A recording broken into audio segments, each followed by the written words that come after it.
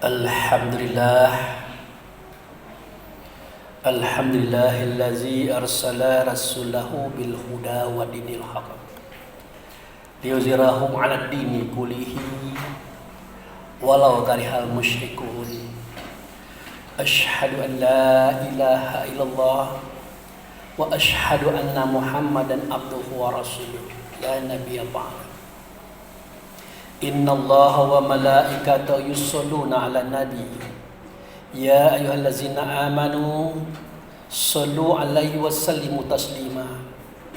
Allahumma shalli 'ala sayidina Muhammad wa 'ala ali sayidina Muhammad kama shallaita 'ala sayidina Ibrahim wa 'ala ali sayidina Ibrahim wa barik 'ala sayidina Muhammad wa ala ali sayyidina Muhammad kama barakta ala sayyidina Ibrahim wa ala ali sayyidina Ibrahim fil alamin innaka Hamidum Majid.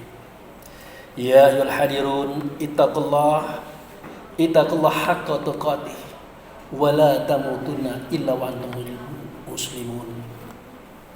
Wa qala Allah fil Qur'anil Karim, a'udzu billahi minasyaitonir rajim. Bismillahirrahmanirrahim. Ya ayyuhallazina amanu la taqrabus shalah wa antum suqara hatta ta'lamu ma ta'qulun. Shadaqallahul azim. Jamaah Jumat yang menjadi tamu Allah dan dimuliakannya, kita banyak bersyukur kepada Allah. Dengan anugerahnya kita diberi kesehatan dan kekuatan, sehingga dengan itu kita dapat hadir dan datang di masjid yang kita cintai ini. Tak lain tak bukan tujuan kita adalah untuk mengabdikan diri kepada Allah dengan cara melaksanakan salat Jumat berjamaah. Kemudian kehadapan ikutan kita Nabi Muhammad Rasulullah sallallahu alaihi wasallam, kita telah menyatakan selawat bagi beliau. Semoga selawat kita sampaikan tadi, selawat kita nyatakan tadi didengarkan oleh Allah, diterima oleh Allah, dan digantikan syafaat atau pertolongan, di mana pada waktu itu tidak ada pertolongan kecuali pertolongan Allah melalui Rasulullah sallallahu alaihi wasallam. Selanjutnya lagi, sebagai seorang khatib, saya tidak akan bosan-bosan mengajak, menghimbau dan menyuruh kita semuanya, wabil khusus diri saya pribadi, mari kita tingkatkan iman kita kepada Allah. Mari kita tingkatkan ketakwaan kita kepadanya. Berharap semua kita ini tidak akan mati kecuali berada dalam Islam. Jamaah yang saya hormati, tadi setelah membacakan sebuah firman Allah yang bunyinya, ya ayyuhallazina amanu la taqrabus shalah wa antum sukara hatta ta'lamu ma ta'qulun. Jadi kalau di Indonesia kan kalimat itu berbunyi seperti ini. Wahai orang yang beriman, kamu jangan mendekati sholat jika kamu sedang mabuk, hingga kamu mengerti apa yang kamu perkatakan seketika kamu sholat tersebut. Jadi kalimat ini diarahkan oleh Allah dan Rasul kepada sahabat-sahabat yang waktu itu beliau sedang mabuk. Mereka sedang mabuk sholat. Akhirnya bacaan terganggu, tertibnya pun terganggu, dan banyak hal terganggu. Nah, disampaikanlah kepada Rasulullah, maka turunlah ayat itu. Hai orang beriman, kamu jangan mendekati sholat jika kamu sedang mabuk, hatta ta'lamu ma ta'qulun, sehingga kamu tahu yang kamu berkatakan itu apa. Jadi jamaah yang saya hormati, kalau orang mabuk tidak mengerti apa yang dia ucapkan, yang mungkin wajar-wajar saja. Wajar-wajar saja, karena dia mabuk. Yang jadi masalah itu adalah kita yang tidak mabuk ini. Banyak saudara-saudara kita, kaum muslimin, dia sholat, dia membaca Allahu Akbar sampai salam, tapi dia tidak mengerti apa yang dia ucapkan. Itu banyak itu. Nah, kalau orang mabuk tidak mengerti apa yang dia ucapkan, itu masih wajar.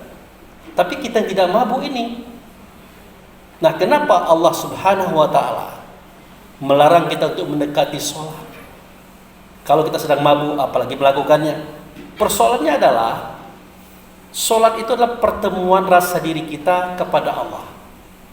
Jadi ya butuh konsentrasi, butuh kesadaran. Mulai bersuara, berkata, bergerak. Karena dikatakan oleh Rasulullah masalah iman, al-imanu tasdiqu fi qalbi wa iqraru bil lisan wa amalu bil arkan.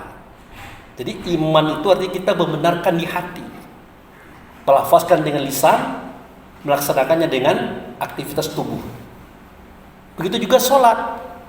Sholat itu sudah tercermin di hati, tergambar di hati, jelas ceritanya itu. Nah, baru kita lafazkan di lisan kita, kita gerakkan di tubuh kita. Itu kehendak Allah dan Rasul. Makanya kadang-kadang kita kebingungan. Orang itu rajin sholat sunnah rajin, tahajud rajin, apalagi sholat 5 waktu, tetapi tidak merubah suaranya, tidak merubah perkataannya, tidak merubah perbuatannya, masih juga dia melakukan hal-hal yang keliru, hal-hal yang salah, bahkan kadang-kadang hal-hal yang merusak. Kenapa? Karena dia tidak paham gitu, tidak mengerti kenapa sholat, ada apa dengan sholat. Jadi sholat itulah menyambungkan rasa diri kita kepada Allah. Itu di mana? Waktu kita sholat. Makanya kita berucap. Contohnya seperti ini. Waktu kita duduk duduk di atas 2 sujud, kita katakan Rabbir firli, ya Allah ampunkanlah aku. Apa artinya itu? Artinya kita punya dosa, banyak kesalahan, banyak kekeliruan. Nah, kalau kita punya dosa, banyak kekeliruan, artinya kita punya cemar. Semestinya kita jangan mencemarkan orang lain, menjelekkan orang lain. Kenapa? Kejelekan kita belum selesai. Buktinya kita mengatakan Rabbir firli. Kemudian warhamni, ya Allah kasihanilah aku, sayangilah aku. Karena kita tidak mengerti, otomatis permohonan itu tertolak. Kenapa? Untuk supaya disayangi oleh Allah itu ada syarat rukunnya. Apa syarat rukunnya? Kita harus mengasihi, menyayangi orang yang ada di bumi. Jadi masyarakat kita, kaum kerabat kita, apapun dia, siapapun dia, tidak ada kebencian di hati kita. Yang ada cuma kasih sayang, kecintaan. Termasuk makhluk-makhluk lain. Baru masuklah Allah mengasihi dan menyayangi kita. Itu sudah warhamni wajiburni, ya Allah cukupkanlah aku. Nah, cukupkanlah aku. Karena kita tidak mengerti, ya kita sebut saja. Nah, dalam kehidupan bagaimana? Kita sering ngomel. Orang lain udah pada kaya semua, orang lain sukses semua. Kok saya tidak? Nah, itu. Sebenarnya kalau kita mengerti cukupkanlah aku di sini artinya apa? Allah mencukupkan kita. Kapan Allah mencukupi kita? Ya seketika kita merasa cukup dengan apa yang ada. Ini kadang-kadang kita sudah berlebihan tapi merasa kurang. Nah, semestinya kita merasa cukup dengan apa yang ada, apapun status kita. Apakah kita golongan bawah, menengah, apalagi atas. Kemudian kita katakan warfa'ni. Karena kita tidak ngerti apa itu warfa'ni, ya kita ucapkan saja. Kalau warfa'ni itu artinya angkatlah derajatku. Angkat ya Allah. Nah, bagaimana Allah mengangkat derajat kita? Yaitu dengan iman dan ilmu. Nah, ini belajar malas, baca buku malas, berdiskusi malas, semuanya malas. Mau minta diangkat derajat pula kita. Nah, itu dan seterusnya. Oleh karena itu jamaah yang saya hormati, sangat penting kita mengetahui ilmu tentang sholat ini. Sangat penting. Apalagi kalau sholat itu berdiri seperti alif, ruku seperti ha, sujud seperti mim, duduk seperti dal. Tulisannya bagaimana? Ahmad, terpuji. Terpuji itu sifat Nabi Muhammad. Artinya orang yang sholat semestinya dia terpuji, artinya bersifat baik. Baik suaranya, baik perkataannya, baik sikap tingkah lakunya, pola fikir, pola rasa, pola laku. Itu sebenarnya. Yang lebih terang lagi adalah hitungan sholat ini paling lama 10 menit lah. Tapi mampukah kita sadar? Mampukah kita sadar mulai daripada niat sampai terakhir salam? Tidak mampu kita. Baru Allahu Akbar kita sudah hilang kesadaran, keluar kita ke pasar. Oke lah, mantap Allahu Akbar. Baca iftitah masih mantap. baca Al-Fatihah. Nah, pas surat mulai kita kekebut. Jadi hal sedemikian kita anggap ringan, kita anggap enteng karena kita tidak begitu mendalam dalam masalah sholat ini. Padahal kalau kita lihat orang-orang agama lain, mereka bersemedi, ya, mereka melakukan tirokatan dalam rangka untuk mengasah kesadaran. Kalau kita kan susah seperti itu, cukup di sholat saja. Itu lebih praktis. Ada suara, ada kata, ada gerak. Mampukah kita menyadari suara itu? Kata itu, gerak itu. Nah itu. Kalau 10 menit kita mampu sadar, mudah-mudahan di hari yang lain kita bisa sadar. Dalam pergaulan kita bisa sadar. Kita mau berkata, tahu kita kata ini akan menyakiti orang. Kita mau berbuat, tahu kita perbuatan ini akan merugikan orang. Belum lagi kita tahu kita langgar. Semestinya tidak begitu. Seketika kita tahu yang kita katakan ini akan menyakiti orang, perbuatan ini akan merugikan orang, semestinya kita mundur. Tetapi selalu hawa nafsu menggoda kita. Hawa nafsu membutakan kita. Lalu kita terabas. Nah, lah di dalam penjara baru kita sadar. Lah terjadi perkara baru kita sadar. Kenapa? Tidak ada yang menunjukkan. Tidak ada yang mengajari kita. Semestinya kita dekat dengan Allah, Allah yang bukan menunjukkan. Allah akan mengajarkan ke hati kita. Nah, kalau kita sudah dididik oleh Allah dalam sholat, rapi sholat kita, mudah-mudahan sewaktu kita mau berbicara, belum selesai, kita mundur. Kenapa? Allah kasih tahu, hati-hati. Tersinggung saudaramu. Belum lagi kita berbuat. Padahal perbuatan itu menurut kita benar. Tapi tiba-tiba banyak kegagalan-kegagalan. Bukan kegagalan. Allah sengaja. Kenapa? Kita tidak tahu efek di akhir kisah itu. Kita kira bermanfaat, tahu-taunya mudarat. Nah, itu kesal kita kadang-kadang. Sudah niat bagus, ditata bagus, tahu-taunya gagal juga. Bukan gagal. Terkadang Allah menghambat kita karena apa? Di ujung jalan kita ditunggu oleh kemudaratan, oleh kerugian.